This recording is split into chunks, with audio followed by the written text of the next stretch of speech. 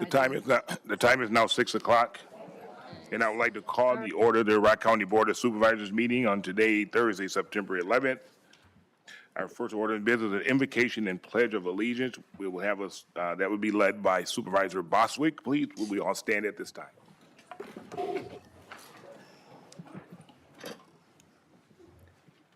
As we look around at our landscape, what do we see? Elderly grocery shoppers in Seattle being gunned down. A political activist gunned down in Utah. And school children being gunned down routinely here, there, and every place in between. It seems like no place, whether on the street, in a school, or in a place of worship, is safe. Let us hope and pray and work toward creating a world where every place is safe. I pledge allegiance to the flag of the United States of America and to the republic for which it stands, one nation, under God, indivisible, with liberty and justice for all. Thank you. The next item is roll call. Bob Zane. Here. Belkey. Here. Boswick. Here. Bryan. Here. Cullen. Here. Fugelseth. Here. Gorman. Here. Homan. Knutson. Marshall. Mawhinney. Peer. Present. Pennycook. Here. Raskin. Here. Ringhan. Here. Ryan. Here. Schneider. Here. Schultz. Here. Schwartz. Stevens. Here. Stone. Here. Sutter. Here. Sutherland. Here. Tillman. Here. Towns. Here. Whitledge. Here. Wilson. Here. Woodman. Levy. Here. 26 present, 3 absent. Next order of business is consent agenda. You want me to do that? Sure, if you like. Before we get started, and so the reason why we're tag teaming it up here is Lisa, the assistant up here, she had a little minor fall, so I'm assisting her today. She's okay. But so we're going to be interchanging between Lisa, myself, and John. You may hear different people doing parts of the agenda, but that is exactly why. So that's why we're going to be tag teaming up here to make sure that she's okay, and then she's comfortable. So John and I make a mistake here, just kind of say, okay, guys, you're all right. So, but we just wanted everybody to know that as we move forward. Thank you. All right. 4, consent agenda. 4A, adoption of agenda. 4B, approval of minutes from August 14th, 2025. 4C, appointments to the Traffic Safety Commission. C2, appointments to the Land Information Council. C3, alternate appointment to the Criminal Justice Coordinating Council. D1, recognizing Shauna Mills. E1, naming the UW Whitewater at Rock County Allen Hall Room 16, the Patricia Pagan McNulty Qualitative and Quantitative Evaluation Methodology Room. 2, amending the 2025 Human Services Department budget to accept ARPA funds for adult protective services. 3, amending the 2025 Human Services Department budget to accept the Brain Health Resource Distribution Grant. 4, accepting, advancing a Healthier Wisconsin subcontract grant funds and amending the 2025 Rock County Public Health Department budget. 5, acceptance of Wisconsin Department of Natural Resources Rock County 2025-2026 Snowmobile Trail Maintenance Grant S6135. 6, authorizing application with Wisconsin Department of Natural Resources for County Conservation Aids Application Grant Funds. That is the end of the consent agenda. Thank you. Would anyone like anything removed from the consent agenda? Seeing none, is there a motion to approve? Motion by Boswick, second by Mawhinney. Any questions or comments? Seeing none, all those in favor of approval say aye. Aye. Any opposed? Hearing none, that passes. Next item is the public hearing. We don't have one? We don't have any. Next item is citizens participation, communications, and announcements. At this time, we did have several individuals that did fill out forms that did not want to speak, but they did want us to know that they were in favor of item 11E. And then we had individuals that will speak tonight. When I call your name, you can come forward. Please walk down the middle and head to the podium over here. We will allow you 2 minutes, and we will kind of give you a reminder as you're approaching that 2-minute mark. If I butcher your name, I do apologize. So the first person that we have speaking is Sarah Williams. On deck, we would have Fred Falk.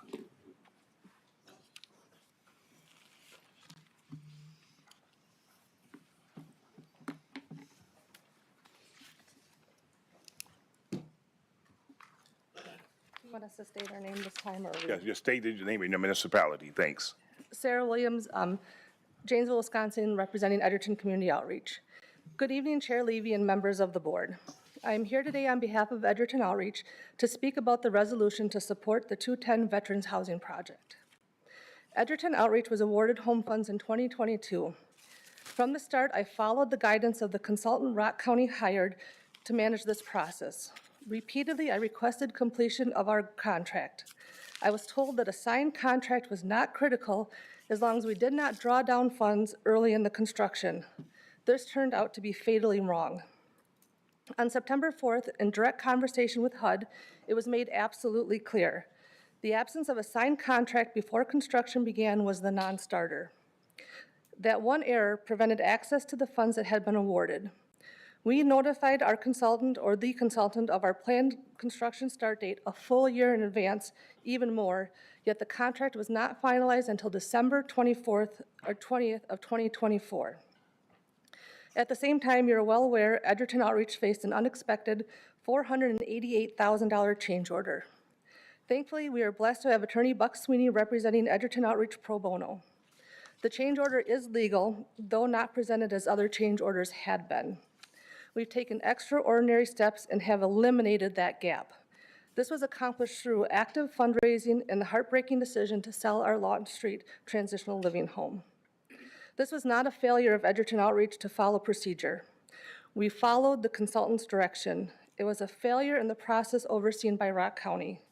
And it's deeply troubling that the planning director, ultimately responsible for administering these funds, was unaware of these mistakes. The result is devastating. A community project meant to serve our veterans is left without promised support because of administrative missteps. I urge you, please do not let Edgerton Outreach, and more importantly, our veterans and community members in need, bear the cost of these errors. Thank you. Thank you. Next person is Fred Falk. On deck is Jim Hutchinson.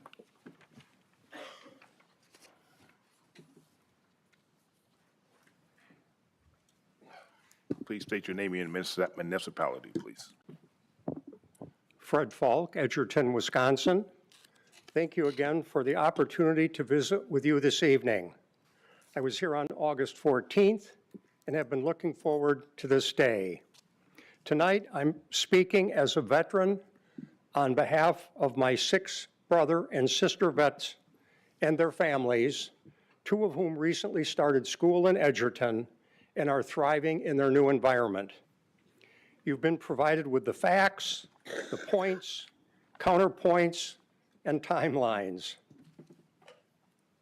Soon you will vote on the resolution, perhaps deciding the fate of 210 West Fulton Street. It's more than an address.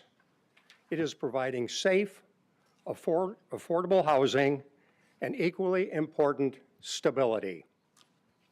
I can think of no more important, impactful, consequential, or longer-lasting decision you may have been asked to make. Edgerton is a very special community because we have great dreams and because we have the people to make those dreams come true. Evidence the $268,885 raised since we last met. On August 24th, Outreach conducted a town hall meeting on site at 210.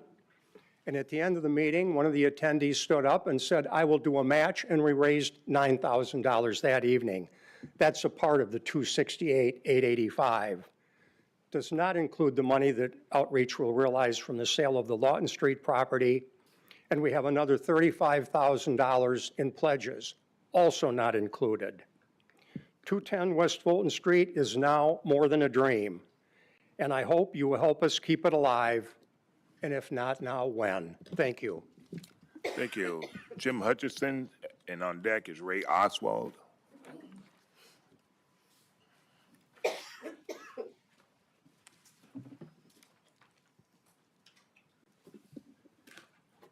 Jim Hutchinson, Janesville, Wisconsin. Good evening. I am Jim Hutchinson, owner of Hush Services LLC. We have provided financial record keeping and management services to nonprofits in Rock County since 1997. We have kept the financial records for ECO, Edgerton Community Outreach, since 2003. I have also been personally involved in the issue of homelessness in Rock County since around 2009, with management responsibility for funds to address the issues of homelessness. The number one issue for homelessness in Rock County is the availability of affordable housing. This project addresses this issue and provides affordable housing for veterans who have served our country. And until you address the housing situation, it is very hard to work on other personal issues.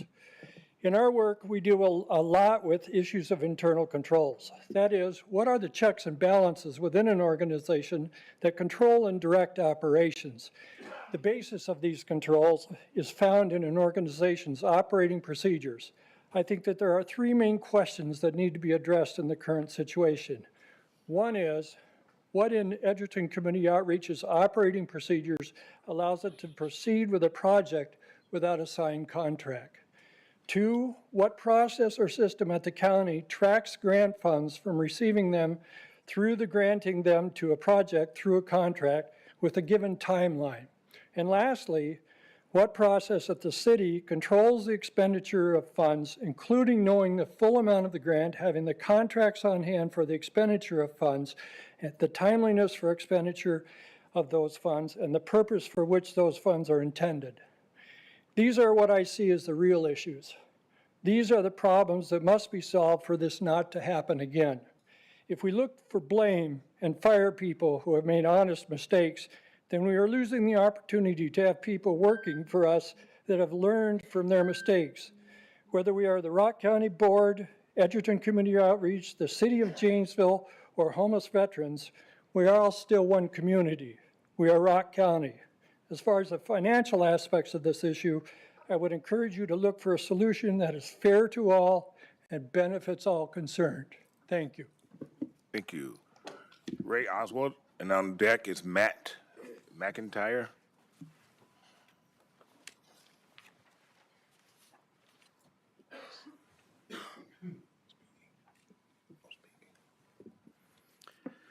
My name is Ray Oswald, President of the Board of Directors for Edgerton Outreach. Thank you for the opportunity to address this body regarding affordable veterans housing that has already impacted lives from Edgerton, Milton, Janesville, and Evansville. We ask you to course correct a project that was not steered well. Outreach has provided a timeline of events that documents multiple years of confusion, internal county stalls, lacks of priority or resources, and misguided and even incorrect information. Those challenges are a lot to absorb in our document, but I assure you that they were even more confusing to work with real time over the past 3 years. Outreach followed guidance from those in charge over a multi-year process. We burned over 13 months of waiting time as the project floated around the county and the consortium.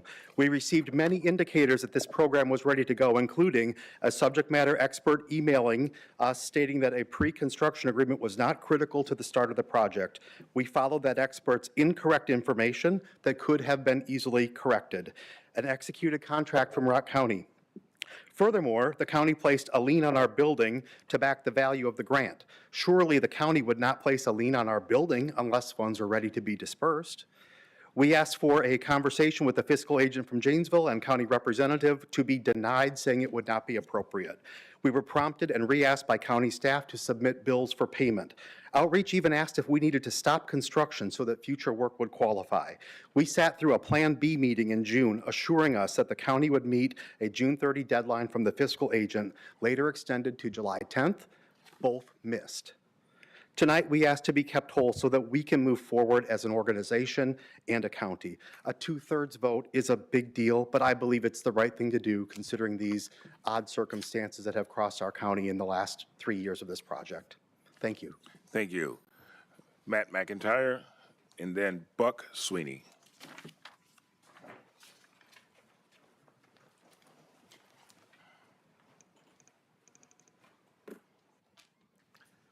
Just a short comment.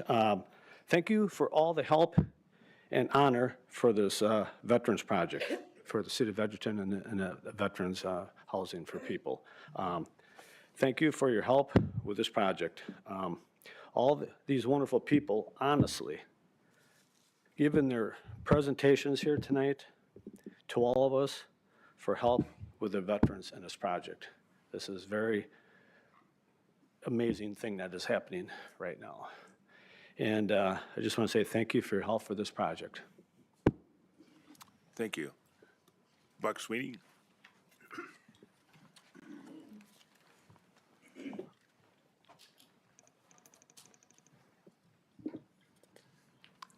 My name is Buck Sweeney. I'm an attorney with Axley. I've been practicing for 40 years and do construction law, and I also do environmental law. Grew up in Edgerton, so I have a lot of fond memories there. Both my father and mother were veterans and did a lot for the community. All through my childhood, I remember taking turkeys on Thanksgiving Day to the people who didn't have enough money to have a Thanksgiving feast. The same thing with Christmas. So this group is doing everything right on here, and now we're in a position that we're hurting for trouble. We're put in trouble with, we need $300,000, which sounds like a lot of money, but this project went way, way over. And we met with the contractor, and the contractor has got some interest on it. He's willing to waive the interest. He's willing to get this profit down to little of nothing just so this thing can go through. So everybody is trying to do what they can. We have some other people who are willing to give substantial pieces of money, but only if we get the $300,000 from the county, because if we don't get it, they're concerned that this won't make it. And the group is doing everything they can, selling that property, but without that $300,000, it's going to be a really, really hard issue. There is a lien on the property from the contractor, there's a lien on it from the county. Hopefully that will go away, and we can do that. It's kind of an indication, as Ray said, on it. But we really, we don't want to go and do this. We just want to get this facility built. It's the oldest building in Edgerton. I remember the bowling alley there, and they put the pins on by one. They had to do them not mechanically, but you had to do them physically. You had to put the pins on, and a lot of kids put pins and made some money down at Peters and the Peters Market. So it's got a lot of history for Edgerton. It's not only a house for veterans, it's an area where the VFW, where the Legion, where other people can have community meetings on it, and they also have a ghost kitchen, which can also have fun dinners. It's really very, very important to the city of Edgerton that we get this project back on track. Thank you very much. Thank you. And we do have individuals that's in support that did not wish to speak, and I'm going to read their names at this time. And once again, please, I apologize ahead of time if I mess up someone's name. Vicki Oakes, Michelle Crisanti, Ramona Flanagan, Christopher Lund, Trinity Brockman, Jean Schwartzlow, Amy Oshner, Jim Raymond, Tanya Bennett, Mike, I can't make out the last name. Okay. What was it? Andre. Thank you. Roy Whitford, Dan Whitford, Nancy Durgan, Jessica Osborne, Gary Durgan, James Cottrell, Betty Schilt, Jackie Kopp, Rhonda Rosenbarn, Alan Kopp, Barb Gooseman, Cynthia Cheney, Everett, can't make out the last, what was that? All right, thank you. I want to say Paul Schmidt, Schilt, thank you. Mark Gooseman, Tasha Osworth, Norman, thank you. Kathy Klein, Rebecca Diedrich, John Whitcomb, Jack Oman, James Drucker, okay, Bella Dagler, Marina Netsky, Randy Callison, all right, Janet Schultz, Sarah Braun, Kirsten Alamo. Thank you. So those individuals did not want to speak, but they did want to go down as they were in favor of it. At this time, are there any other citizens that would like to speak at this time that did not have the opportunity to fill out a form? Please come forward at this time. Seeing none, is there any communication from supervisors? Supervisor Sutherland. Thank you, Chairman Leedy. I put on everybody's desk out in front of you to help spread the word for the Rock County Community Survey. The Planning Department is asking for our help to get the word out about Rock County's Community Survey. It's updating the county's comprehensive plan and farmland preservation plan, which will guide decisions on land use, housing, transportation, agriculture, and more over the next 10 to 20 years. Attached are some flyers, quarter-page handouts in both English and Spanish. If you're able, please consider sharing them in your district, posting them in public places, or distributing them at local events or gatherings. Thank you. Thank you. Any other supervisor with announcements, communication? Supervisor Mowini. Thank you, Mr. Chair. The Rock River Heritage Park Friends is going to hold a Fall into Fall, Saturday, October 4th at the Rock River Heritage Park. There'll be a 5K run at 8:30 in the morning, guided hikes through the park, live music with a Mood Family Band, food trucks, and there'll be beer and wine tasting. Hopefully everybody can come. It'll be a fun day. Thank you. Thank you. Any other supervisor?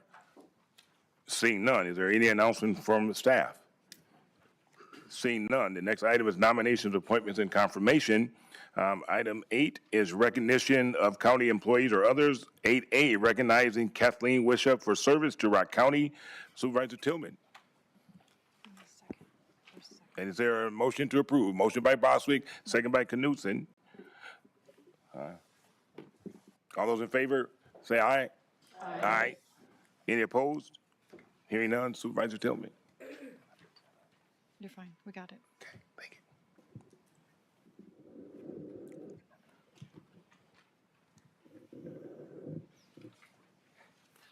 I won't be doing the 5K race.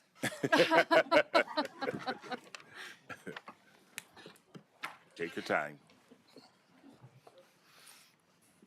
And if Kathleen is here and would like to come forward at this time, and anyone else you may have with you that would like to come up.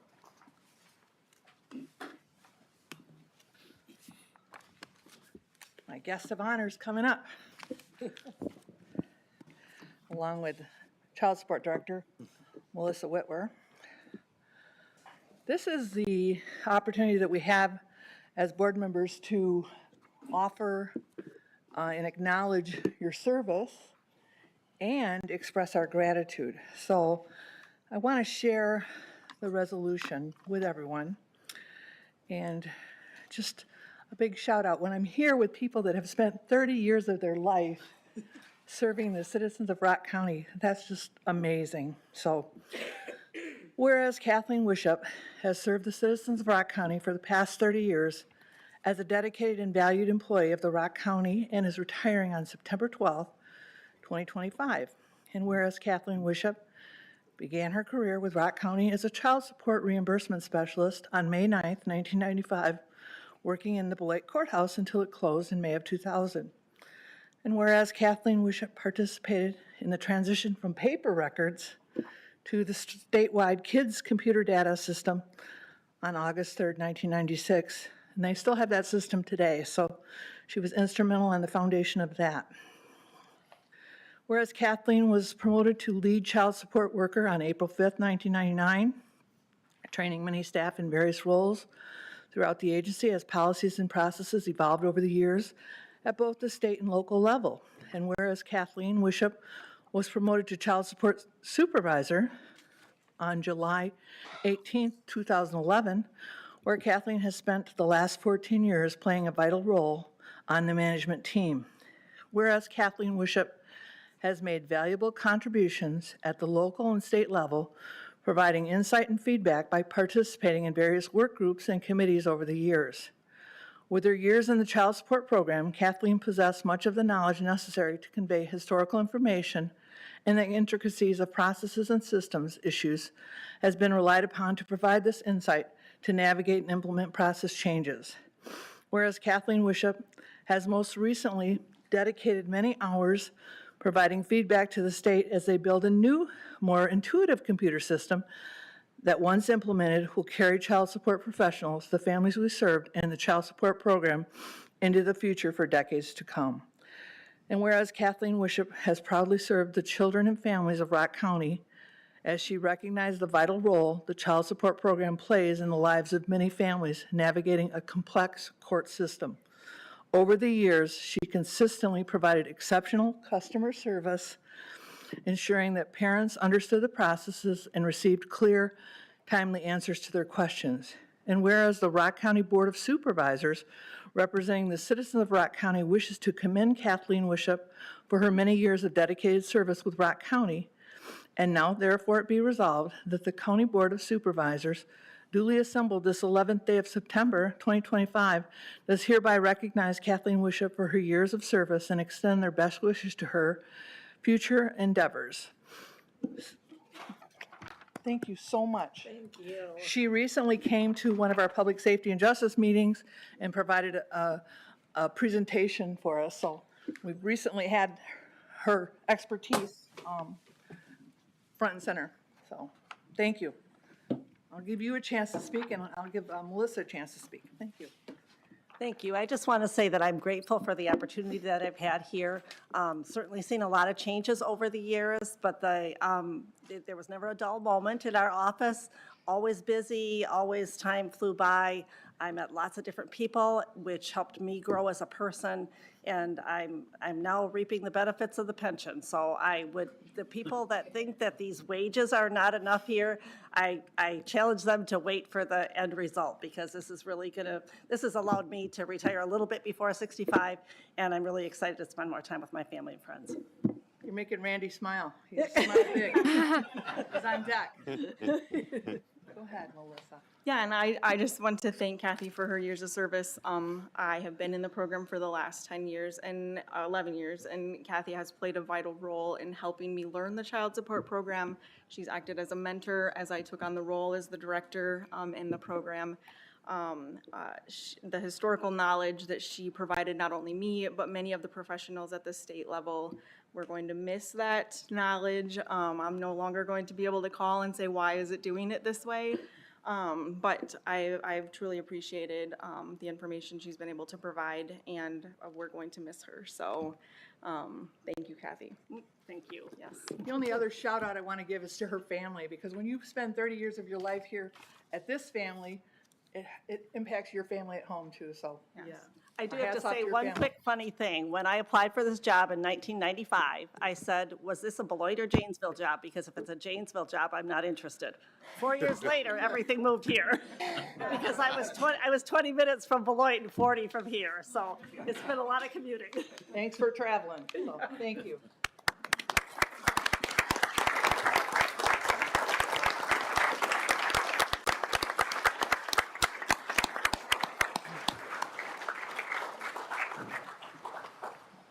The next one is recognizing Kathleen Hofert. Is there a motion to approve? Motion by Schneider, second by Wilson. Any questions or comments? All those in favor say aye. Aye. Any opposed? Hearing none. And this is Supervisor Mawini.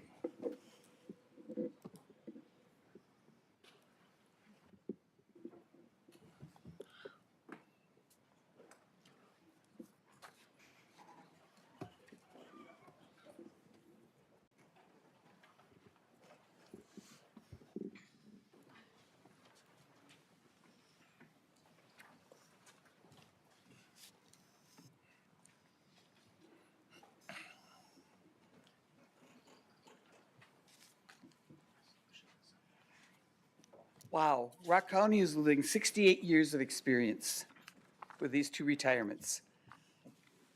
That's amazing. It almost makes you speechless. Whereas Kathleen Holford has served the citizens of Rock County for the past 38 years in a variety of roles within Rock County's Information Technology Department. Whereas Kathleen began her career June 22nd, 1987, as an account clerk within the county clerk's office. And whereas Kathleen transitioned to the Computer Services Department on December 31st, 1989 as an assistant computer operator.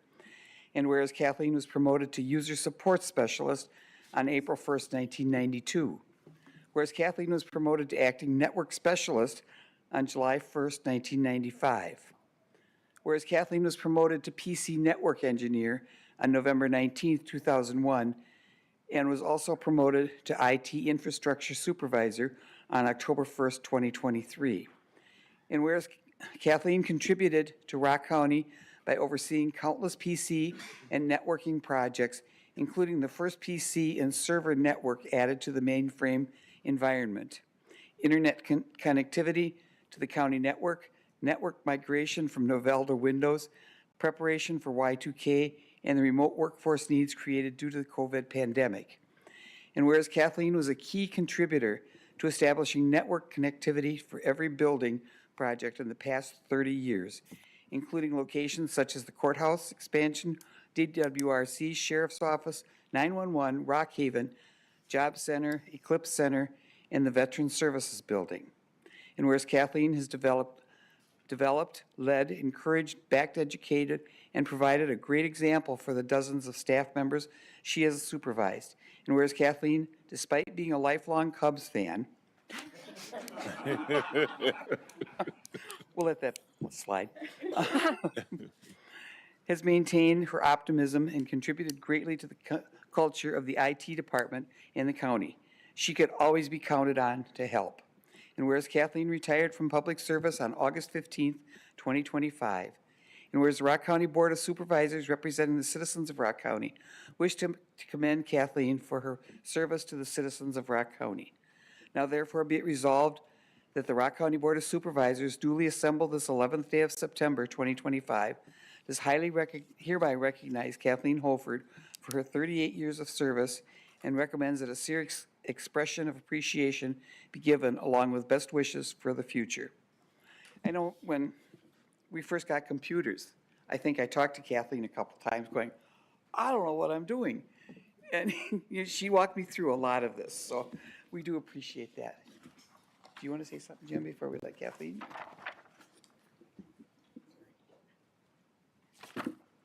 Thank you, everyone. Over the years, I've worked alongside some amazing coworkers, some of whom are become lifelong friends. I owe much of my success to my mentor, Denny Wright, who guided my transition from a user support specialist to a network engineer and instilled in me the importance of continuing education. Past IT directors Carl Roerdans and Mickey Crittenden were instrumental in helping me finish my college degree. And my final director and supervisor, Jim Sandvig and Dara Mosley, taught me how to effectively advocate for technology improvements. And I cannot count enough times that Dara talked me off the ledge. So thank you for that, Dara. I can't thank my family enough, especially my husband, Jim, for supporting me and understanding. When I had to put in a 24-hour day or an entire weekend.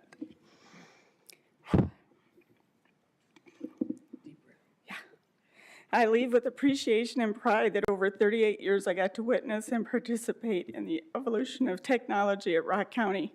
Don't know why I'm crying, but thank you. I'm happy. Here we go.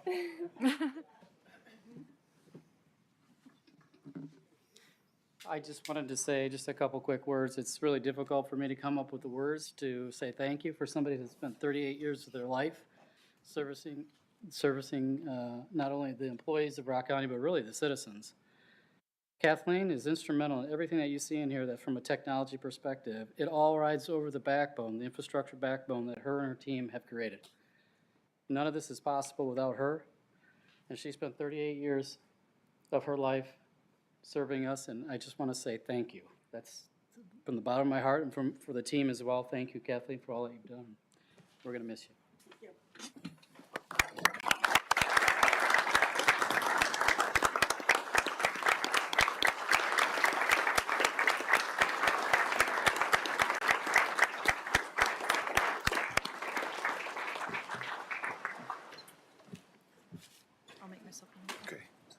Thank you. The next item is introduction of new resolutions or ordinances by supervisors for referral to appropriate committee. At this time, if there's any supervisor that has a new resolution or ordinance they would like to present, please bring it forth at this time. Seeing none, we would move to item 10, reports. 10A is a presentation from Baker Tilly on fiscal year 2024 audit.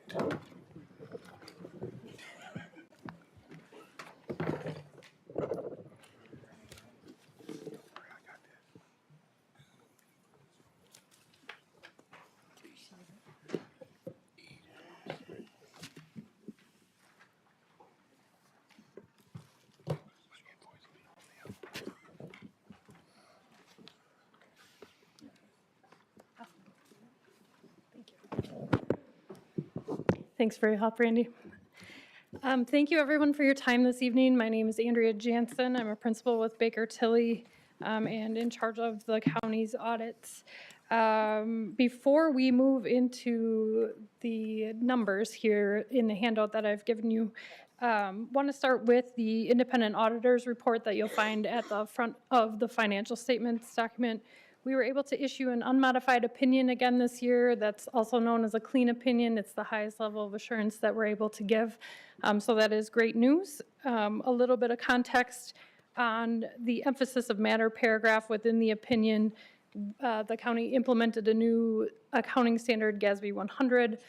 There were some changes to estimates related to your self-insurance. So that paragraph is simply highlighting that there was a change from the prior year, not necessarily an item of concern. So moving then into the numbers here, on the first page of your handout, we are looking at the general fund, and we are looking at fund balance for the general fund, which is your primary operating fund. Fund balance, in simplified terms, that's your assets minus your liabilities. We've got total fund balance at the end of 2024 for the general fund of just under $55.9 million. That is a decrease of about $400,000 from the prior year. Looking at the categories of fund balance, starting at the bottom of the chart, we've got non-spendable fund balance of about $20.9 million. That is a pretty significant increase from the year before. In that category, we've got delinquent taxes. Those are county purchased taxes, prepaid items, and then advances to highway and motor pool funds. So that those two advances are the largest portion of the increase from the prior year. Moving up the chart to assigned fund balance, you've got about $6.9 million in assigned fund balance that is earmarked for sales taxes for future expenses, 2025 budget items, and other carry forwards. Assigned items are earmarked for a specific purpose. If you want to reassign those items, you're welcome to do so. That leaves you with unassigned fund balance of about $28 million at the end of the year. That is not earmarked for specific purposes. We'll look at that a little bit more closely on the next page. Before we get there, we do have a summarized income statement for your general fund. You can see your actual results there, that net loss of about $400,000 compared to your final budget, which had planned for a net increase to fund balance of about $100,000, giving you a variance to plan of just under $500,000. If you wanted to see the details of those, you'd find those on financial statements page 58, excuse me. The largest variances related to lease accounting, transfers, public safety, and capital outlay expenses.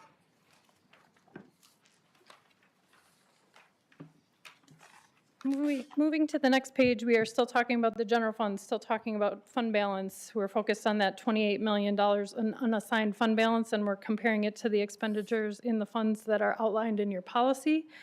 So that is mapped out, that red line in the chart. Your ratio at the end of the year is 15.5%, which is below your policy range that is mapped out there, 20 to 25%. A little bit of context here. We do have comparative metrics plotted out here, and if we're going to compare apples to those comparative metrics, we would want to take your unassigned fund balance, that $28 million in the general fund, and compare it to just your general fund expenditures, not sort of the extended expenditures in your policy. That would give you a ratio of 40.5% at the end of the year if we were comparing apples to those comparative metrics. So what that's telling me is that you really are in range when we look at those comparative metrics to other Wisconsin counties, and I would say you do have a healthy fund balance. Your policy historically has been on the conservative side, incorporating expenditures from some of those other funds where you may need to provide some support. So when I look at this, I do see that you have healthy fund balance, but you have dipped below your policy.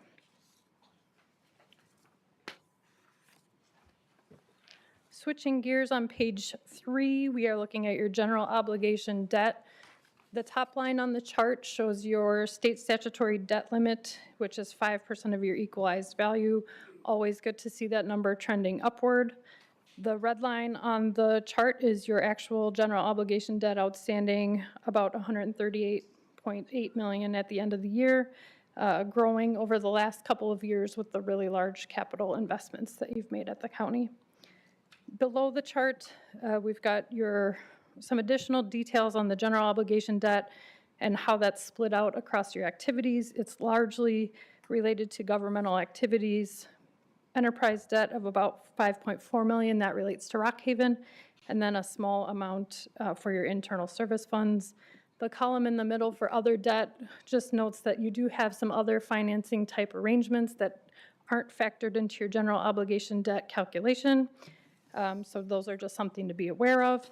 And then if you are interested in data, we've got a link there to the Wisconsin Policy Forum. There's a whole host of data out there where you can compare across different municipalities in the state. Moving to page 4, we've got, still talking about your debt service here, talking about your spend on debt. And this is for your governmental funds.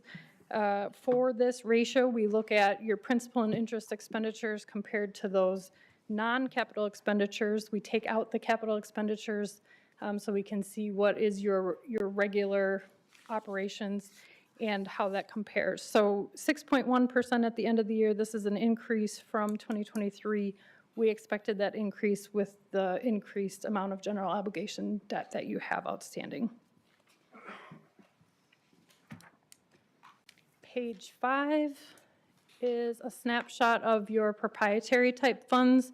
If you would look at financial statement page 8, you would see more detail for each of these funds. Where I want to start drawing your attention is that operating loss line for each of these funds. You have a pretty significant operating loss in 2024. Generally, we don't want to see operating losses in enterprise funds. Those are supposed to be self-sustaining operations. But we know nursing home activities, highway funds, those are important activities for counties and frequently see these subsidized by tax levies, intergovernmental grants, and things like that. So that is what you see in the non-operating items and transfers line getting applied to that operating loss, bringing you to your total change in net position for each of those funds. We've also got the ending net position laid out there, just a reminder that that is made up of really two components. You've got an investment in capital, and then you've also got your unrestricted net position for each of those funds. So tied up in capital, about 16.2 million for Rock Haven, leaving you unrestricted funds of about 5.9 million. For highway, you've got 27 million tied up in capital, leaving you with a deficit of about 14.6 million. And then internal service funds, about 1.5 million in capital and 9.6 million in unrestricted funds. Below that, we've got another way to look at your investment in capital. So of those capital assets, how much is equity funded versus how much is debt funded? For Rock Haven, you do have some debt. That is that general obligation debt outstanding we saw on the previous page, or two pages ago. For highway, you've got some subscription-based IT arrangements for debt in that fund, nothing for motor pool, and then for information technology, you've got general obligation debt and those subscription-based IT arrangements. So what I would take from this bottom half of the chart, we know that you've got highway and motor pool capital asset investments and additions happening. Those are not being debt funded, so they're cash funded. Those funds have limited cash, so that is currently being funded through an advance to the general fund, which ties back to the first page where your non-spendable fund balance increased quite a bit. So before we get to questions, just a couple comments. In addition to the financial statements, we're also required to release an audit results report, otherwise known as a management communication report. This has not yet been released. We are waiting to complete some new procedures from DHS for Rock Haven. So we are working to complete those by the end of this month. And then that audit report will be released.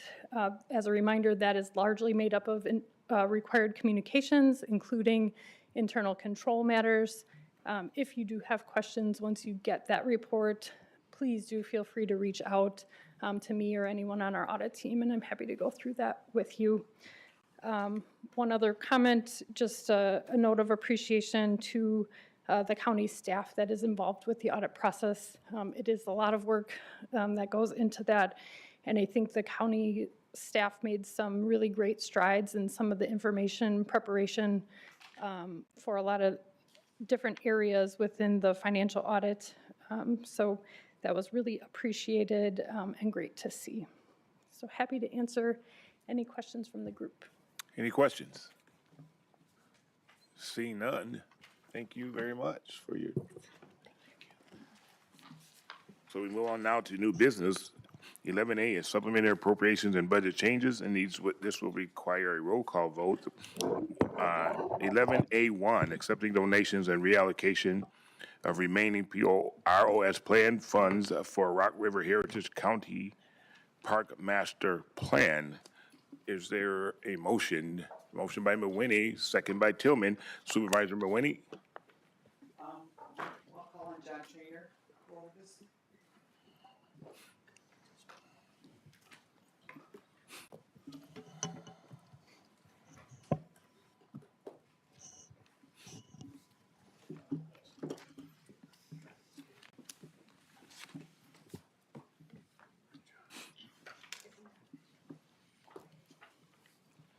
Good evening, everyone. Just kind of a quick synopsis of what we're doing right here and in this resolution is we have actually received $17,000 worth of donations from the Friends of Rock County Parks, Rock River Heritage Parks, some anonymous donors, stuff like that. So we've got $17,000 we have received in donations. What we're asking right now, we have got Van de Waal and Associates is doing our PORS plan currently. And we reached out to them because listening to finance and their recommendations, we can actually piggyback their contract. We would not have to go out for the RFQ process once again, seeing as we already have them under contract. So given that, we could reach out to Van de Waal, which we did, and ask them how much it would cost to do a PORS plan. Their estimate back was around $27,000. That being said, with the $17,000 we've received in donations, if we use the remaining funds from the PORS plan, we budgeted $50,000. Van de Waal actually came in at $39,500. So we got $10,500 left in the PORS plan. So if we can move that over, we can actually get the master plan for Rock River Heritage Park knocked out as well. Thank you. Is there any questions? We do have a motion and a second. At this time, please vote.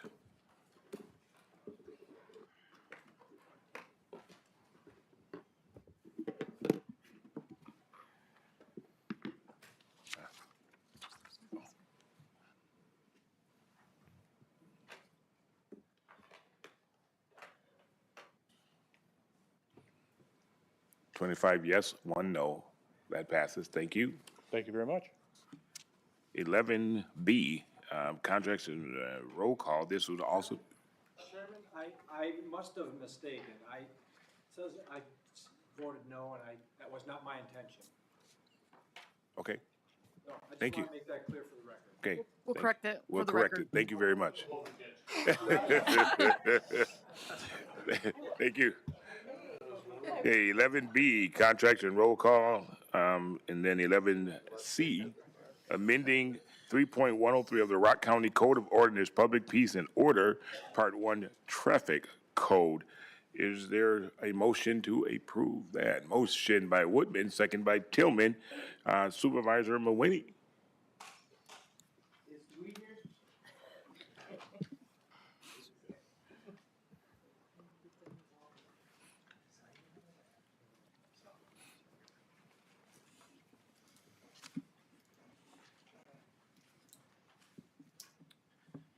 All right, good evening. What we're doing here with this amendment to the ordinance is making some adjustments to some speed zones. A couple of them involve County D and County Q, which a couple months back we had transferred to, we'd worked with the city of Janesville, transferred County G to them, and we added section of County D to the county system, so we're correcting that in the ordinance, so we've got speed zones lined up. That's going to be item 1 to is part of that jurisdictional transfer. And then there is a section of County G, when they went and built this in 2015, 2016, they got marked at 40 miles an hour. It was designed at 40 miles an hour, and for some reason, the ordinance said 45, so we're correcting that. And then there is a section on County O where we have a very short segment that is 40 miles an hour. You come in from 55 to 40 for a short bit, and then you're down to 35. Looking at a lot of our standards, we're just removing that 40 and extending the 35 out. And then the fifth one is a project on County WC or West Court Street that the city is underway on right now. And they have done a speed study down there at our request to verify what the speed limit should be down there. That speed study recommended it be 40 miles an hour extended out further to the to Waveland. So we're trying to get that done here before they finish the project so that can all go into play. Thank you. We do have a motion and a second. Any questions, comments? Seeing none at this time, please vote.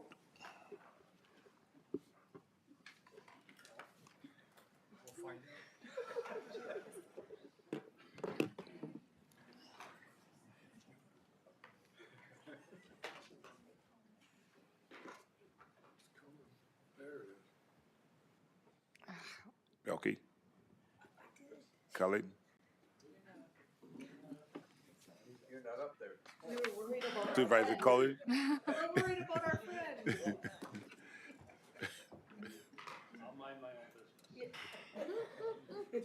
26 yes, 0 no. That passes.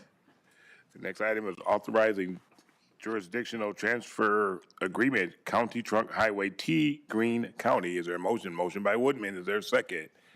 Second by Belkey. Supervisor Mawini. Dewey. I'm here. All right. So this one, we are looking to clean up some jurisdictional responsibility along County T, which runs on the west county line, and we share portions of that with Greene County. In the way that the state system sets this up, we have little sections, as you can see in the executive summary, little sections that leapfrog. Rock County has, I don't know, 1,000 feet, then Greene County has 400 feet, then we have 400 feet, then they have 1,000 feet. But what actually happens operationally is County T is maintained by Rock County in the field, as we say, between State Highway 81 and Highway 11. Greene County maintains everything south.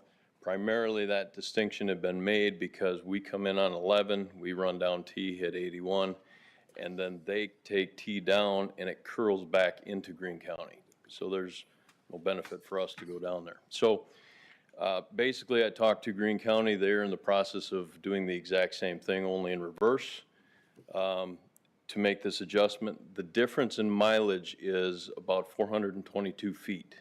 Okay, so they had it pretty well balanced. We're just trying to clean this up.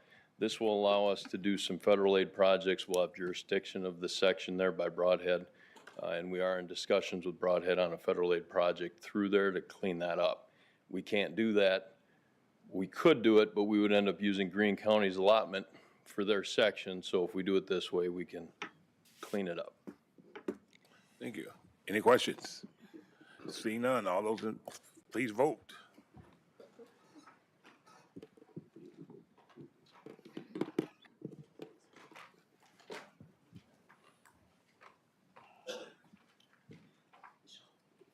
I did, and it didn't press hard enough.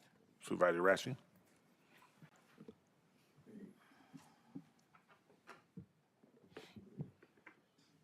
Twenty-six yes, 0 no. That passes.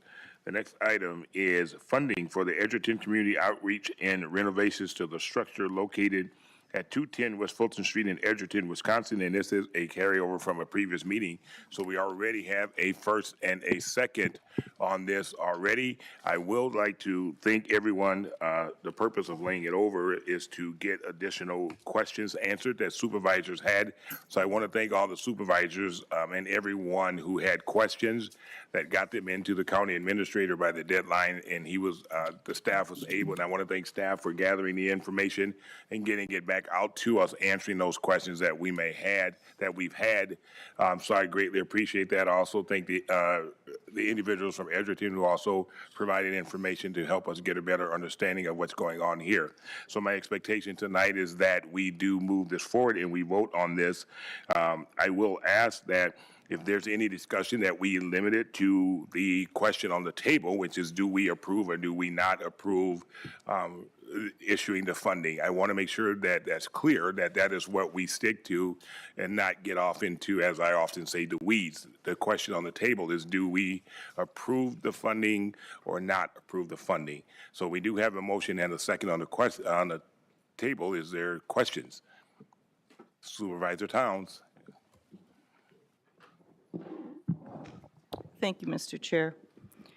I did speak on this issue 3 weeks ago in depth and why this resolution, including why the resolution was necessary, so I'm not going to repeat all that. And I do appreciate that the majority of supervisors at the August 14th meeting wanted more information about what transpired over the past 3 years to bring us to this point. And I appreciate that since then, many of you have asked the administrator and administration for questions and gotten answers, and many of you actually reached out to the Edgerton Outreach folks to ask some serious questions. So I'm hoping everybody has a clearer picture of the situation. Tonight, we're here to decide whether to provide Edgerton Outreach with $300,000 that they had been granted and expected to receive through a HUD home grant by joining in a partnership with Rock County and the local HUD consortium. Since being notified of the denial of the claim several months ago, Edgerton Outreach has reached out, has worked with Senator Ron Johnson's office to gain an audience with the regional HUD officials in hopes to appeal the denial of the payment, and that was rendered by the local consortium's fiscal agent, which is the city of Janesville. And the goal was still to find a way to claim federal dollars in spite of the denial. Last week, Edgerton Outreach was granted that audience, only to be told by the deputy regional director that HUD on the federal level only block grants the dollars to municipalities, but never gets involved in the adjudication of final approval for distribution. That is entirely a local responsibility, and there is no official appeal process. The regional HUD official had briefly reviewed the denial prior to the call and commented that the significant delay of the signed contract by Rock County would have been a non-starter by itself. This board's talked a lot about housing problems in Rock County. This project was intentional to do something about that, in particular for veterans who could not find affordable housing. And the businesses and individuals in and around Edgerton made a yeoman's effort to make it happen. It's complete, it's very nice, it is occupied by veterans who were otherwise homeless, and most of it was paid for by local citizens. The Rock County Housing Authority should be very pleased that the project they strongly supported to meet this unique need has turned out so well. I do not believe Rock County nor Edgerton Outreach wanted the project to face this confusion at the end. Nevertheless, the confusion is going to cost $300,000.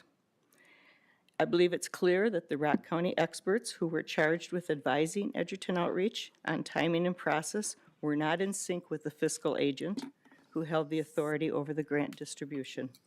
And the advice given by the experts was not always in accordance with the fiscal agent. I also believe that the Rock County experts did not always act in a timely fashion in preparing, signing, or submitting the required documents to the fiscal agent. These actions ultimately resulted in a denial when it came time to claim the payment. In the end, I believe the burden is on the government experts, and that's us, the county, who gave errant instructions or unintentionally neglected to carry out our responsibilities in a timely manner. Rock County has prior year sales tax dollars available, and I think the honorable thing to do is to make Edgerton Outreach whole by covering the loss they will suffer due to the denial of the grant. I don't know about you guys, but integrity, I always learned that integrity is a noun that draws its meaning from verbs. There's no integrity without action. And Rock County Board, and I'm proud to say this, has acted with integrity so many times with regard to difficult decisions since I've been with you all. And I hope that tonight we can act with integrity, and I would encourage you to vote yes on this resolution. Thank you. Supervisor Sutherland? Thank you, Chairman Levy. Well, it's evident the Edgerton Echo project is complicated and the emotions are high. The home funding commitment was a loan, not a grant, and the receipt of that funding was tied to specific conditions being met. Echo has demonstrated an ability to fund waste quite effectively and efficiently. Meanwhile, the county has demonstrated a willingness to engage and support various causes, some caused by unintended consequences, such as COVID, while others have been more strategic, such as community initiatives that have been embedded into the county's annual budgeting process. Supporting workforce housing, as well as providing services to a local nonprofit agency, represent important public policy decisions that have been deliberated by this board. The county support has rarely been the first dollar or seed money into any given project's equation. Therefore, I'd like to propose the following amendments to the current resolution. Reduce the funding amount from $300,000 to $150,000. And since this is a workforce housing project, the same general home or CDBG requirements, which were part of the original arrangement, should be required or maintained. County administration, corporate counsel, and/or a third party of their choosing should be tasked with preparing a loan agreement package that would include monthly or quarterly financial statements to ensure full transparency and accountability. I believe this is reasonable on behalf of the county, and I encourage the board to vote accordingly to ensure that tonight's action represents a workable solution to an extremely challenging dilemma. Thank you. So if I'm hearing correctly, that there was an amendment offered up to this, so Yes, there sir. was a motion for that. So is there a second to that friendly amendment? Second by Supervisor Raskin. Is there any discussion on that amendment? Supervisor Stevens? Thank you, Mr. Chair. My only concern in the last meeting was that there was something in the resolution that spoke to reporting. Now that we've gotten these documents, I'm satisfied that we've gotten some kind of documentation that speaks to reporting in this document. I am in support of requiring something in the resolution that speaks to reporting as it relates to CDBG requirements. I am not in support of changing the amount to $150,000. I would rather the amount remains $300,000. But I am okay with adding a line item that speaks to reporting related to CDBG requirements because I'm aware of what CDBG reporting requirements are. So I'm not in support of lowering it to $150,000. I'd rather leave it at $300,000 and just add one line item that says reporting requirements. Reporting is required as it relates to CDBG reporting requirements. Does that make sense? All right, so here's what I'm going to do before we. I'm what not, I'm going to I'm do. not No, offering I hear what another I hear what you're saying. thing. So it's kind of like what I've done at the last meeting. That I want to make sure that as we move forward, we're all clear. So if I slow things down a little bit, I'm doing it intentionally to make sure that we're all clear. So when we vote, we know exactly what we're voting on. So what I'm understanding now, and that Supervisor Sutherland made a friendly amendment, you second that, but you're not in favor of the dollar amount. You're in favor of adding a line in there for requiring for CDBG. So I will look to the Corp Counsel here and say this, that I believe, and correct me if I'm wrong, that if he offered up an amendment and you second that amendment, would we not have to vote that one up and down I before didn't we second can? it, I'm don't- just in that part where I'm in discussion part, Okay. is where I am. I understand. Okay, so you didn't second it then yet? I'm not the second, I'm in the Okay, so let me discussion part. do this before we go to the discussion part then. Raskin seconded, okay, so correct. So now we're in discussion, so now. So my understanding is that Supervisor Stevens is saying that she is not amending the amendment. She is just discussing sort of her position Okay. as to the two amendments that Supervisor Sutherland. Got it. So I think we can continue discussion on that, but you are correct. If we're going to either amend the amendment or we need to resolve Supervisor Sutherland's amendment before we go to another one. Correct. So I just want to make sure that we're clear with that. So Supervisor Stevens, are you good now, or you're okay? Yes, I'm good. Okay. I'm just stating my opinion of the amendment. Got it. I am in favor of adding a line, which is my position, was my position the last time. I was not suggesting that we postpone this and bring it back. I was only suggesting that we add a line about reporting requirements. So Okay. all I'm suggesting right now, my position is, I don't think, it's my opinion that we provide the 300,000, but we do add a line about reporting requirements, and I agree with the CDBG reporting requirements. Okay. I am completely happy with the CDBG type reporting requirement, but I am not in favor of lowering the amount to 150,000. I think we should leave it at 300,000. That's my position. Thank you. Supervisor Gorman? Thank you, Mr. Chair. I think we found ourselves in a little bit of a procedural mess right here. So I might need some help from corporate counsel to try and get ourselves out of this. And might even ask if Supervisor Sutherland might consider a friendly suggestion to change the original amendment. I think there's kind of two separate issues we're dealing with entirely. There's the question of whether to alter the amount that we're giving, and there's also the kind of reporting requirements. And my understanding, looking pretty closely at the be it further resolved section in Supervisor Towns' original resolution, is it's applying the exact same standards to the money that we would give them that the home funds would apply. I know people have talked about CDBG. I think that's a different HUD program, but it's all a bunch of acronyms. It's very hard to keep track of, as we're hearing tonight. So I would wonder if there's just a way to separate those two issues, because my understanding is the conditions of the Point of home order? fund is basically Is your Supervisor Gorman, is your microphone on? Oh, yeah, it should be. Yeah, Sorry, it is. might just be Yeah. leaning back a little bit. Sorry. But the conditions under a loan for the home fund it is actually a little like a grant, because it's a 20-year loan that's forgiven at the end if conditions are met. So I'd be in favor of doing the same thing, of keeping it a 20-year loan that's forgiven at the end if the conditions of affordability are kept for the entire period, which I believe is already in this resolution as written. But maybe corporate counsel or the author could tell me if I'm right or wrong about that. And can I get that question asked and then continue? Yeah, I think I'll go in reverse order. Thank you. So the funding that is given from the federal government through the states down to the municipalities or through the consortium, those are a grant. How the consortium distributes those can change. It can vary. How Rock County Housing Authority distributes those are through loans. And the specific terms of this loan was that it was a 0% deferred loan for 20 years, which is the period of affordability. Period of affordability means that for those 20 years, the rent on those 6 units at Echo had to meet certain standards with median income, things like that.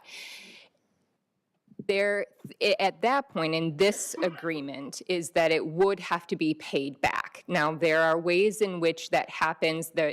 Payments start, but I will be completely transparent. It is also possible that after that period of affordability, ECHO could have applied to have it rolled over again, right? So there are mechanisms by which it could almost essentially become a loan that has never had to be paid back, okay?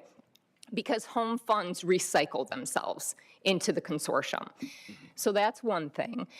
Now, but you're correct, just to clarify, that sometimes there are loans that are provided that don't have to be paid back until, let's say, an individual homeowner sells their home, okay? So the terms change per project. So I hope I answered that question.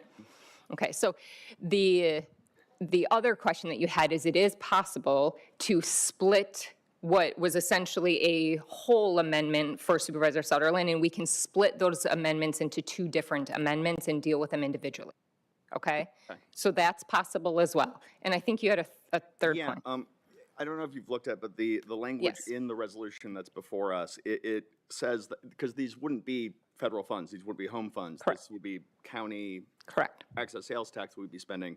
But what this resolution calls for is a agreement substantially similar, or something to, basically that we would have that same affordability window and the same requirements, but it's just the county maintaining them. And would this resolution be sufficient as written for that, or would we have to have a loan agreement or something with them? I believe, so I can tell you that that language was added in there, and it was meant to mirror some of the same requirements that we did, for example, with the 4 ARPA contracts that we executed last year that were also for low-income housing with 4 different developers. I don't know if you guys remember that, but that was ARPA funding. But what we used is the home agreements, or the same standards that HUD has through the federal regulations, to ensure the same standards. So that language was put in here to mirror that, and it would effectuate what you're looking at. I do think there might have to be just a couple little amendments, like add a comma or strike out memorandum of understanding and insert contract or agreement. And then that would allow the administration and corp counsel to have the flexibility to draft and execute those documents. Okay. I really don't want to postpone this resolution another month for a comma. Is that what? No, you can amend, and we can amend it today. I mean, could you maybe, draft, but suggest what commas and things would be needed? Sure. And we can make that as amendment at a different point when they're. so if we're dealing with Supervisor Sutherland's amendment, and if we take both parts of it, what I would suggest is that you would have to replace on line 19, the 300,000 with 150,000. Now, again, I'm not saying everyone's agreeing with that. I'm just saying this is to effectuate what he proposed, okay? So line 19, the 300,000 would be amended to 150,000. And then on line 26, you would replace a memorandum of understanding with an agreement. You could also use contract if you wished, okay? It wouldn't matter. And then on line 27, after specify terms, you would insert a comma, strike out and. And that would allow the county acting, or the administration and corp counsel acting at the direction of the board to set forth those terms, whether it would be a 20-year period of affordability, a 0% interest loan, et cetera, within those agreements. And just to clarify, so home agreements and I'm always mess up this acronym, but the CDBG, which is a block grant, those fall under the same federal regs for HUD. So it really wouldn't matter if we use CDBG or HUD regs. It would effectuate the same requirements. Okay. So would Supervisor, I think if Supervisor Sutherland would agree to that being the text of the amendment that was proposed, I think we could get kind of directly to debating the merits of the 300 versus 150 as before us. Well, I guess.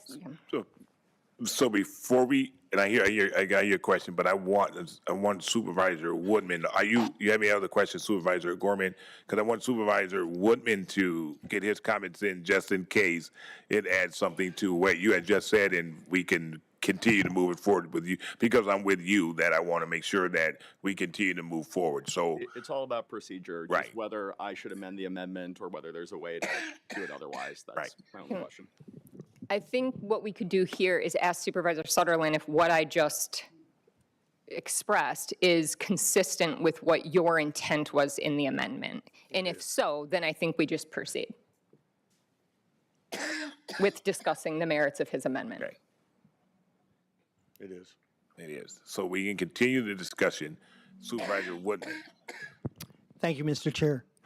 I had these comments for the regular, but this will fit into the amendment, since I guess I would be opposed to lowering it to 150,000. I put a lot of thought into this and did a lot of reading and study, and there's a lot of blame to go all the way around. And I guess this just proves that working with the federal government is pretty darn difficult. And I find fault with the consortium. They should have been more available and worked towards this. I find fault with the county that we dropped the ball. I find fault with the state, and there's some fault with ECO. I did suggest something to Administrator Light in an email, but we couldn't do that until the next budget, so that wouldn't be able to go forward tonight. That said, I just think that this is a worthwhile cause, and mistakes were made, and there's an accountability here, and I would be willing to stand up for it. Thank you. Supervisor Cullen. Thank you, Mr. Chair. Who's taking questions for the county? I would. I will try. Hopefully I take that smile off your face. I got one question. I got to ask it before I vote. So what'd the county do wrong? Let me, if I may. And I hear your question, and I respect it. But what I want to do with this discussion is I want to make sure that we're keeping the main thing the main thing. And to me, the main thing that we're discussing tonight is, do we approve it or do we disapprove it? I'm gonna kind of walk that, and I hear the amendments and stuff, and I hear what Supervisor Gorman has said as well. But I want to make sure that we be as tight as we can with the question that's before us. And Corp Counsel, if I'm speaking wrong, please let me know. But I think the question before us tonight is, are we going to approve the 300,000 or are we not going to approve the 300,000? Because if we start getting into all of the, as I call it, the weeds, we will be here, it will be all over the place. And we still will have to come back, even if it's 1 o'clock in the morning, to answer the main question is, do we give them the money or do we not? Now, looking at that with the amendments and stuff, yes, we could put into that resolution what we have, the requirements or whatever. At the end of the day, the question is still going to be, do we award the funding or don't we award the funding? As to whose fault it was, then I think that's something that I would think that you could take that offline with the county administrator and say, hey, what happened? That's a different discussion than what we are here for tonight. I respectfully disagree. If I ask the question and it's going to affect my vote, I want to hear an answer.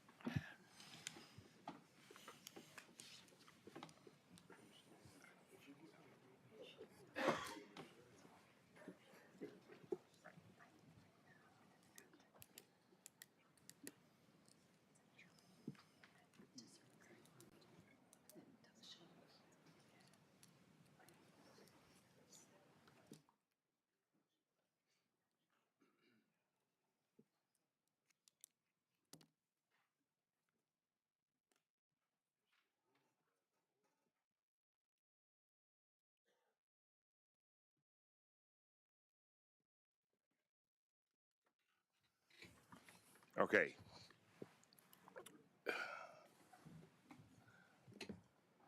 Like I said before, we're walking this slow, and I want to make sure that we quit. So as to your question, here's, in talking with Corp Counsel, and you correct me if I'm wrong. Yes, it's important because you want to cast your vote there. However, I don't know if it's germane to the amendment that's on the table right now. You see what I'm saying? I think your question may be germane to the overall vote of do we award or not award, but it's specifically to the amendment. I don't know if that's germane to the amendment itself. Because I think the amendment that we're looking at is the lowering of the funds that we want to award from $300,000 to $150,000, correct? So I'm thinking, that's my interpretation in speaking with the Corp Counsel. Supervisor Gorman, before we move forward. Yes, I want to join Supervisor Cullen and Excuse me, did I still have the floor, kind of? You do, but I want to, and I was thinking that Supervisor Gorman was probably going to be in the same, so I want to get them both out so we can deal with it, at one time. Fine. Okay. I'm helping you out, Chris. Yeah, I strongly disagree as well. Even on the issue of whether we should have 300 or 150,000, I would really love if we had come in here tonight and just talked about the merits of this project and what we could afford to do to support it and how that affected our finances and talked about the worthiness of the project. But unfortunately, and not everyone from the community at all, I think many folks were quite gracious, but Supervisor Towns' argument was all about blame and culpability. She called us negligent as a county in the last, during the last debate. So this entire issue of whether or not we are responsible for that 300,000 and whether we're obligated to do that is about what happened and what mistakes were made. And we've only heard one side of the story tonight, so we should hear the other, because that influences not just the vote on whether or not to fund at all, but whether to fund at 300 or 150 or any number. And we shouldn't be stifling the public's here. We're all here. We're on YouTube. We should actually hear the answers of what's happened, because there's conflicting timelines, conflicting stories, and it does influence our votes. And we should be trying to get to the truth if we're arguing about culpability tonight. I'd rather be arguing about whether this is a good project and we can afford it, but the argument is about culpability. And I respectfully hear what you're saying, but I will say one thing, and I'm not trying to stifle anything. What I'm trying to do is make sure that we stay on the path for the main question. And I will also tell the supervisors that we had an opportunity from our last meeting. The direction was, if you had specific questions, let's get them to the county administrator, so we had time to answer those questions. So when we got here tonight, we can do exactly what you wanted to do, Supervisor Gorman, to have that conflicting answers. Okay, but what I'm saying, so what I'm saying, so we could definitely have that discussion to move it forward. So I just want to make that clear as well. Supervisor Cullen, is there anything else? Yeah, I'll rephrase my question. Okay. Did the county do anything wrong, yes or no? My opinion, nothing wrong. No. Okay. Could we do something better? Yes. So I would say, but that's not only limited to the county, that's limited to all partners in this. Don't disagree with that. So Thank you. everyone could have done better. Yes, thank you. Supervisor Stevens. Okay, thank you, Mr. Chair, I'm good. Okay. So right now, what we have on the table is we have Supervisor Sutherland's amendment in the court. Can you paraphrase that, please? Yes, so the amendment would be that on line 19, the 300,000 would be reduced to 150,000. And then on line 26, we would strike out a memorandum of understanding and replace it with an agreement. And then on line 27, after the word terms, there would just be a comma and you would strike out and. And I want to make sure that I know that Supervisor Sutherland's amendment was that this would be a loan, but doing it this way allows the without having to completely overhaul this resolution, it would allow the freedom to then work out what those terms were. Any other questions? Supervisor Sutter. So I just want to be clear, if we vote on this amendment and it fails, then we go back to the original resolution. Correct. Any other questions on the amendment? Supervisor Towns. Thank you, Mr. Chair. So we're voting on a loan, but we don't know the terms.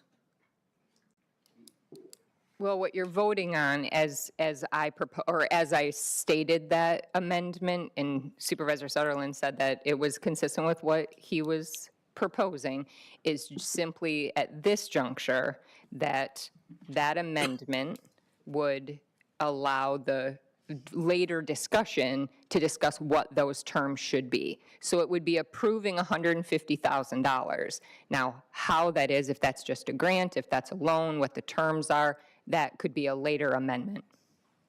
So it would not be the same as the language in the resolution that allowed it to be under the same structure as the HUD home grants. Because we aren't, you're saying you're leaving it open for them to decide payments, interest rates, requirements? No, I don't think that's accurate. But where are the terms of the loan? They would not be yet in this resolution. They would either be discussed amongst yourselves, and then you give direction to the administration and Corp Council, and then we draft an agreement that is consistent with that. Or if somebody then wants to make a second amendment to add those terms, and you guys discuss that, that can happen that way as well. So if the administration comes up with, and Corp Council come up with terms that are not agreeable or cannot be agreeable to Edgerton Outreach, what's the point? Do you want, am I supposed to answer that? I'm not sure how to answer that. I'm not sure how we can vote on a loan without knowing the terms. Well, if you voted on a loan today and this board did an amendment with the terms, Edgerton still wouldn't have the ability to negotiate that on this board floor.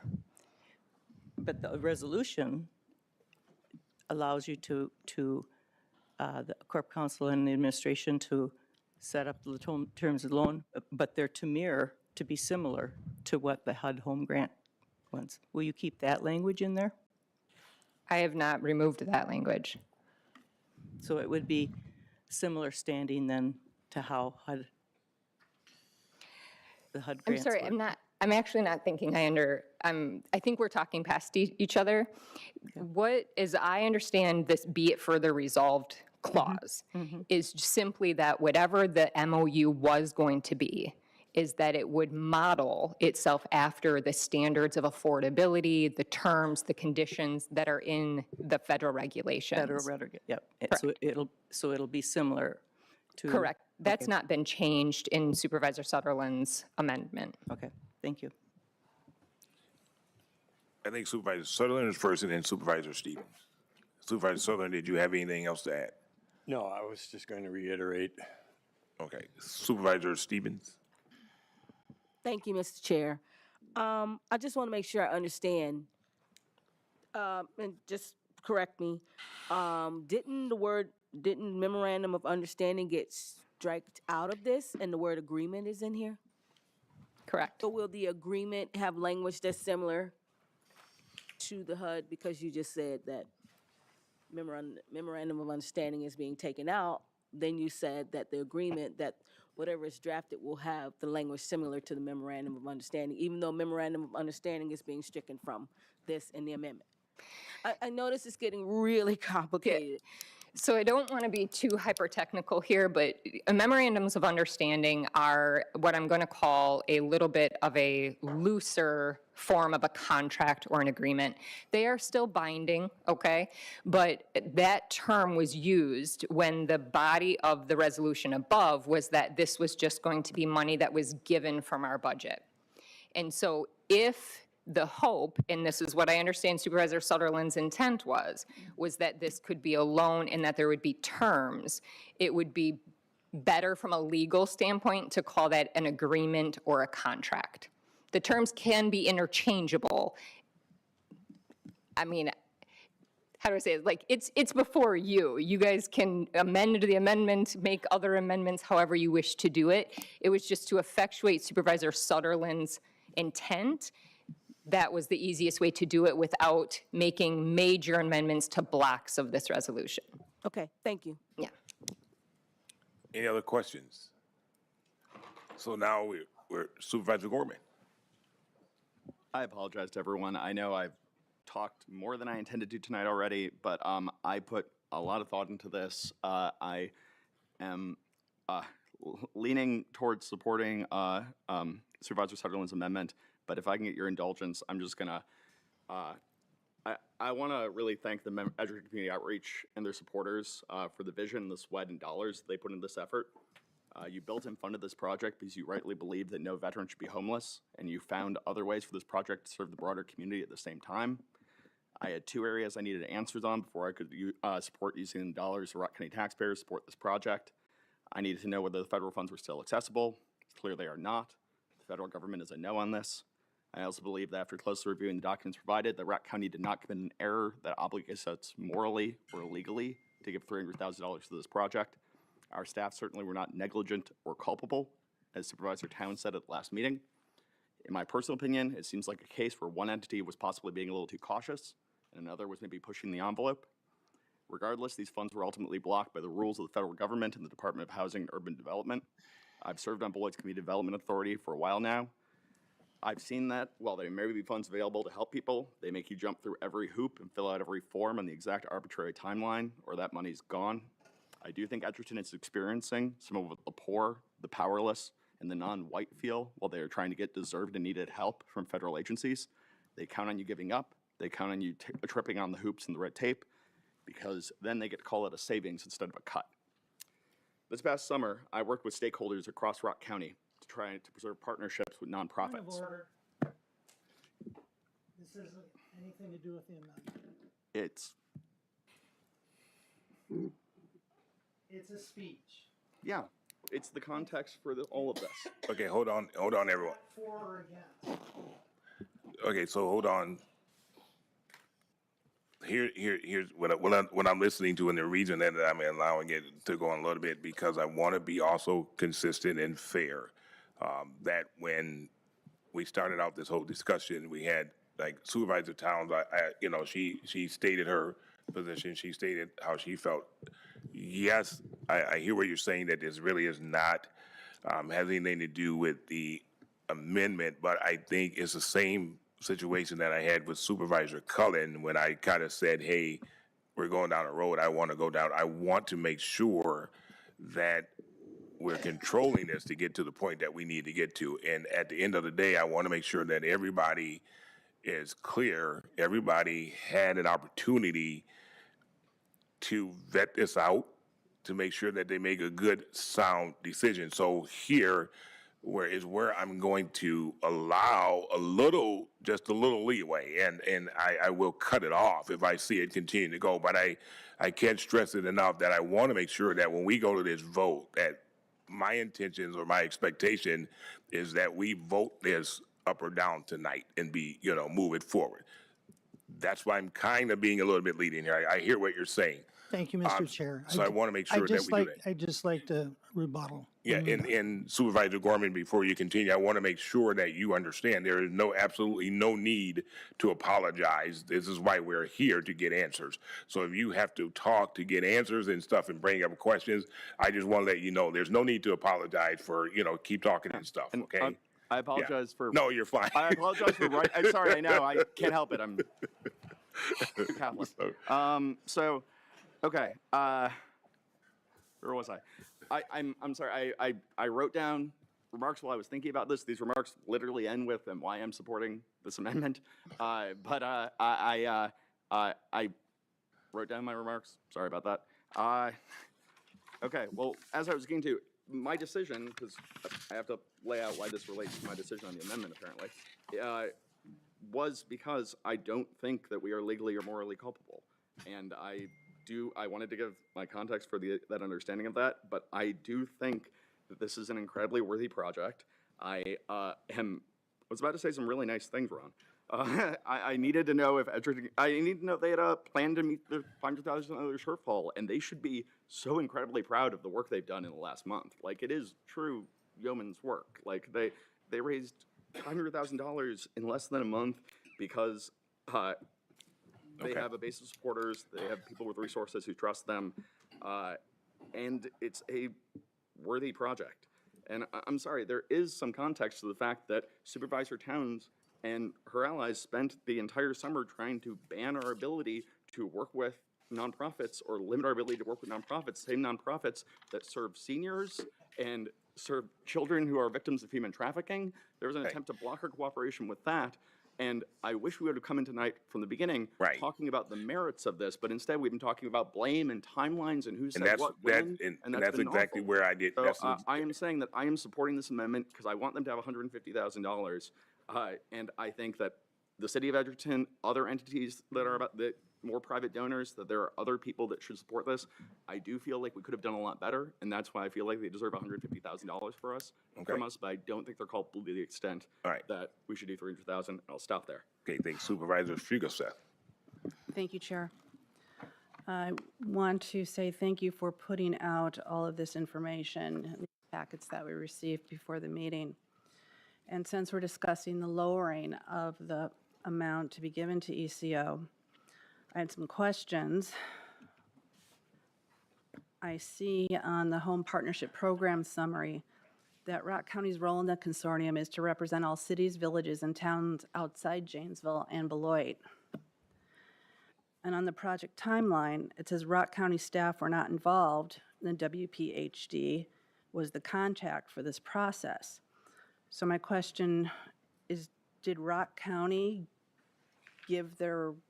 abdicate their role to the WPHD? So the term represent there, when we wrote that, it simply means that the cities of Janesville and Beloit have representatives. They have individuals who serve on the consortium, and those other smaller municipalities do not. So it doesn't mean that we represent them, like we advocate for them, or we step into the role of the developer. So just to clarify that, and with the timeline, can you tell me what number you were? Page 1, 0.5.6. It's a 12-month gap in time. Correct. So Very last sentence.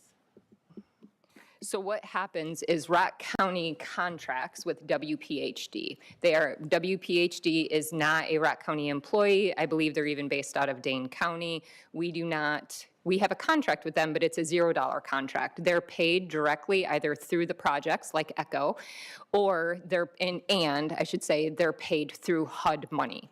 So we have a contract with them where they act as the developer, as the consortium, and they're the ones who handle all of that preliminary stuff. They're the point of contact. So this situation was a bit unique, and it was the first time in what we know of, in a decade, if not more, in which the project was sort of dumped into Rock County employees' laps at, midway through, because typically WPHD would have handled the project through to the end. All right, thank you. All right, so we do have a motion and a second on the floor for the amendment. Supervisor Woodman. Thank you, Mr. Chair. I'd just like to make my rebuttal on the amendment.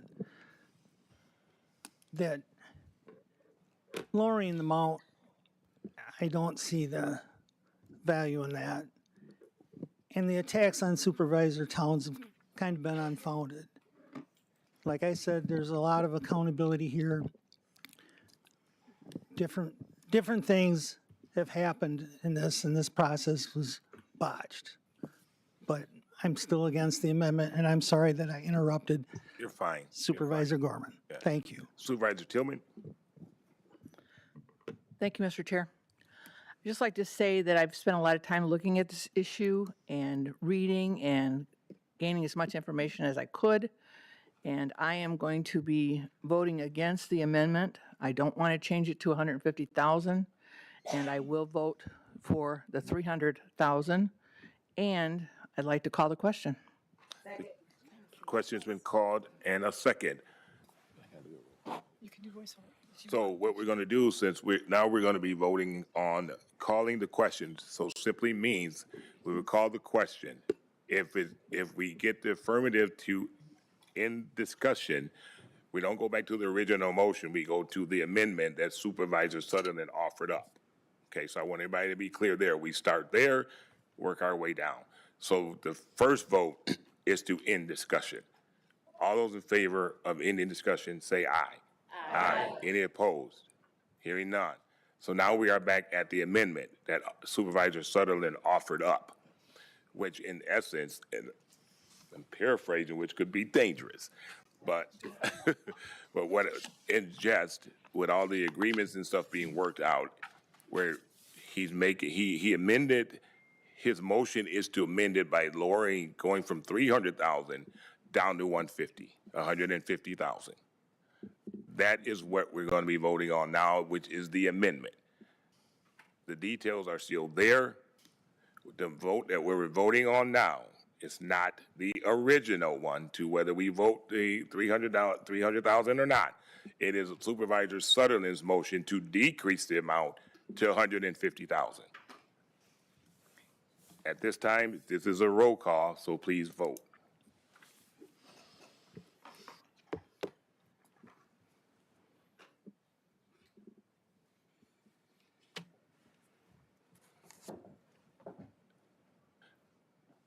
Supervisor Raskin?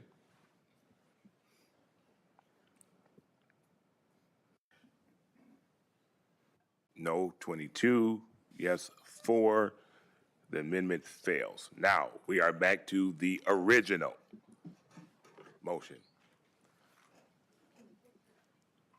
We've had discussion. We have a motion and a second. At this, you need a second? I need a second. Yes, She hold needs on. a second. Any questions? The original motion that we started out the night with, the 300,000, awarding, not awarding. Supervisor Stevens. I make a motion to only amend, gosh, how do I do this? Help me. What do you wanna do? Keep the amount at 300,000 and then keep the second part of Supervisor Sutherland's amendment. So can you help me with that? Yes. Just to be clear, is your amendment to keep it as a loan or as a, just giving the money? Well, was he saying to leave it alone? That was part of his amendment. Okay, well, that's not what I'm, Okay, and that's okay. So I believe that to effectuate what you're asking, we can keep the line 25 through 30. It can just stay as is. yes, all I'm trying to do is keep the amount at 300,000 and add a line around reporting. That's all I'm trying to do. So help me here. You can add that. I mean, I will say though, and Andrew will correct me if I'm wrong, I mean, 42 CFR Part 92 has reporting requirements in it.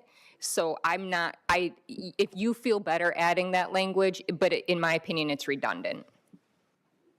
Okay, so essentially I'm not amending it at all. Correct. Correct. Okay, so is everyone, I mean, I guess are people okay with knowing there's a line in there for reporting? With all the documents that we receive, we know that reporting is going to be done. I think that was one of the concerns from the last meeting, is that folks were wondering about reporting. And with all the documentation that we've received, I'm okay with knowing that reporting is gonna be done. Okay, that's all I was concerned with. So how do I take back my? So You can just withdraw it. You just Okay, I withdraw it withdraw because my there's no second on there, so you can just withdraw it. I'm good. All right. So now Supervisor Stevens has withdrew her motion amendment. Yes. So now we're back to the original. We're all clear, right? The 300,000. There's a motion, there's a second, we had discussion, time to vote. This is a roll call. please, everybody clear what we're voting, right? All right, please vote.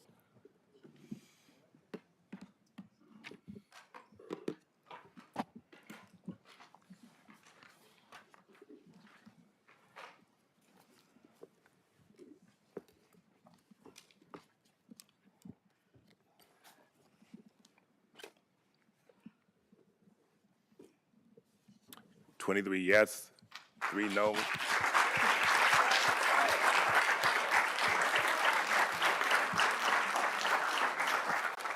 That passes. So that passes. And before we move to item 12, because I know everybody's ready to go home to watch, the Packers, or some game is on tonight, I guess, everybody. Let me just say this to the supervisors. I really appreciate the conversation and the dialogue tonight, and I really appreciate everyone getting their questions in to get them answered. But please understand, this is why we do what we do, and this is why it's important, and to have your say in these meetings and speak up, because the discussion we had tonight, even though it may have taken a little longer, I do appreciate it because we all glean from it. So I don't want everyone to ever think that don't speak up, okay? And with that, is there a motion to adjourn? Motion by Sutter, is there a second? Second by Pierre. All those in favor say aye. Aye. Any opposed? Hearing none. We're adjourned.